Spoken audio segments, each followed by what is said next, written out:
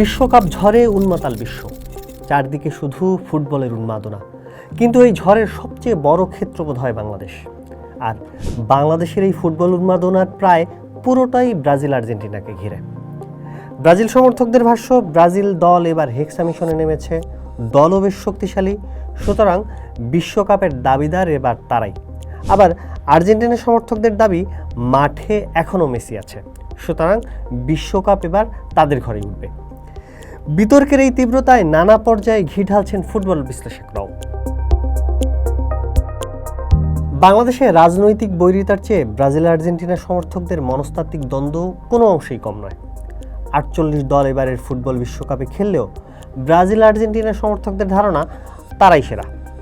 Post এবার খতিয়ে দেখবে গোলরক্ষক থেকে আক্রমণ ভাগ, বিশ্বকাপ মঞ্চে দুই দলের সামর্থ্যের পাল্লা কত ভারী, কোন জায়গায় কার শ্রেষ্ঠত্ব।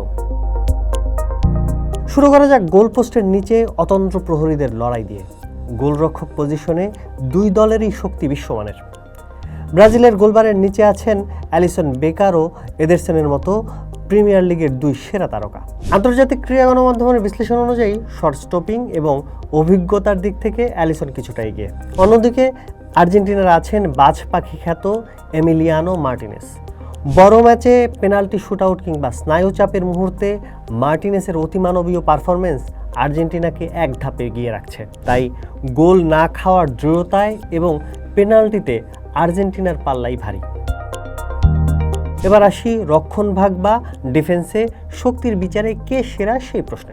ব্রাজিলের রক্ষণভাগ সাজানো হয়েছে মার্কিনিওস, গ্যাব্রিয়েল মাগালাইসের মতো গতি ও শক্তির দুর্দান্ত কম্বিনেশনে। বিপরীতে আর্জেন্টিনার ক্রিস্টিয়ানো রোমেরো এবং লিসান্দ্রো মার্টিনেসের জুটি ডিফেন্সে নিয়ে এসেছে এক আগ্রাসী রূপ। পরিসংখ্যান বলছে, ট্যাকল এবং প্রতিপক্ষের আক্রমণ ভেস্তে দেওয়ার ক্ষমতায় দুই দল প্রায় সমানে সমান হলেও ডিফেন্সে ব্রাজিলের আন্তর্জাতিক অভিজ্ঞতা সামান্য বেশি। বিশেষত চ্যাম্পিয়ন্স লিগ ফাইনালে 120 মিনিট ধরে গ্যাব্রিয়েলের পারফরমেন্স ছিল অসাধারণ। তার উপস্থিতি রক্ষণে আর্জেন্টিনার চেয়ে ব্রাজিলকে কিছুটা এগিয়ে রেখেছে। ফুটবলে মাঝ মাঠের নিয়ন্ত্রণ যার, ম্যাচের নিয়ন্ত্রণ তার। ব্রাজিলের মিডফিল্ডে আছেন ব্রুনো গিমারায়েসের মতো পরিশ্রমী এবং লুকাস পাকেতার মতো সৃজনশীল ফুটবলার। তবে আর্জেন্টিনার মাঝ মাঠের রসায়ন আরও বেশি সুসংহত।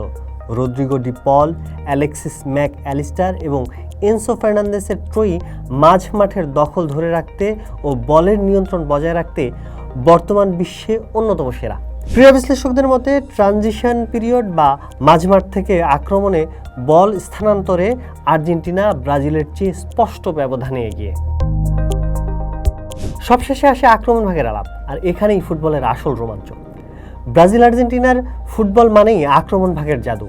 আর্জেন্টিনার আক্রমণ ভাগ সংগঠিত, পরিকল্পিত ও কার্যকর, আর ব্রাজিলের আক্রমণ ভাগ বিস্ফোরক, অনিশ্চিত ও ব্যক্তিগত প্রতিভা সম্পন্ন। ব্রাজিলের আক্রমণ ভাগে আছে ভিনিউস জুনিয়র, রদ্রিগো এবং রাফিনিয়ার মতো গতিশীল ও ড্রিবলিংয়ে দক্ষ তরুণ রক্ত।